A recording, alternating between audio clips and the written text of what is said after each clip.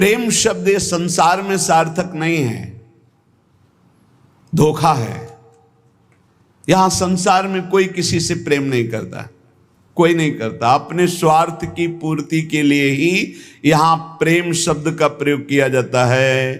प्रेम केवल सच्चिदानंद से होता है, क्योंकि प्रेम कामना रहितम, प्रेम में कामना नहीं होती, और यहां बिना कामना के प्रेम नहीं होता, इसलिए वो प्रेम नहीं है, वो राग है, वो मोह है, वो आसक्ति है, वो काम है, प्रेम नहीं है। प्रेम सच्चिदानंद में होता है, क्योंकि प्रेम सूक्ष्मतरम, और यहां स्थूल शरीर को लेकर प्रेम किया जाता है।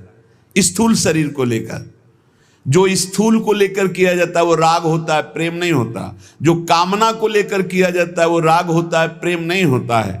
और ये क्रिया स्वरूप है और प्रेम अनुभव स्वरूप है। प्रेम अनुभव स्वरूपम और ये क्रिया स्वरूप है, इसमें क्रियाएं होती हैं, तो ये क्रियाएं मोहाशक्ति से होती हैं। प्रेम अनुभव स्वरूपम, हृदय का विषय, अनिर्वचनीयम, इसमें वचन बोलते हैं। जहां एक दूसरे के प्रति मैं तुम्हें बहुत प्यार करता हूं, क्यों? उसको प्रभावित करके अपनी वासना की पूर्ति करना है। इसलिए चाहे कोई वासना हो, कोई स्वार्थ हो, कोई किसी से मित्रता करता है तो बीच में गंदगी होती है, निज सुख गंदगी होती है।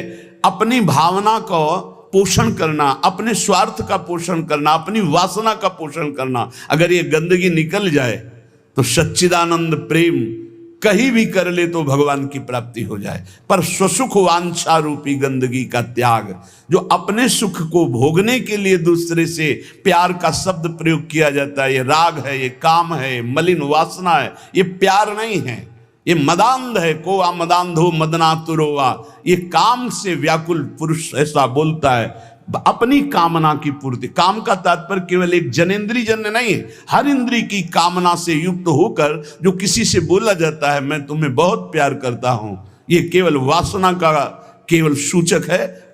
क्योंकि अनिर्वचनीयम प्रेम स्वरूपम, प्रेम कभी कहा नहीं जा सकता कि मैं तुम्हें बहुत प्यार करता हूं। इसलिए प्रेम सार्थक होता है सच्चिदानंद भगवान में। प्रेम शब्द केवल लगता है भगवान में, और यहां जो भी होता है वो राग होता है, काम होता है, आसक्ति होती है, मोह होता है। प्रेम शब्द श्री भगवान में सार्थक होता है, समझ लीजिए। जहां भी प्रेम कोई कहे कि हम आपसे प्रेम करते, तो समझ लेना बहुत कोई न कोई स्वार्थ बुद्धि है, कोई न कोई वासना बुद्धि है, कोई न कोई अपने सुख की बात ये देख रहा है मेरे में, इसलिए कह रहा है मैं तुम्हें बहुत प्यार करता हूं। प्रेम विशुद्ध होता है,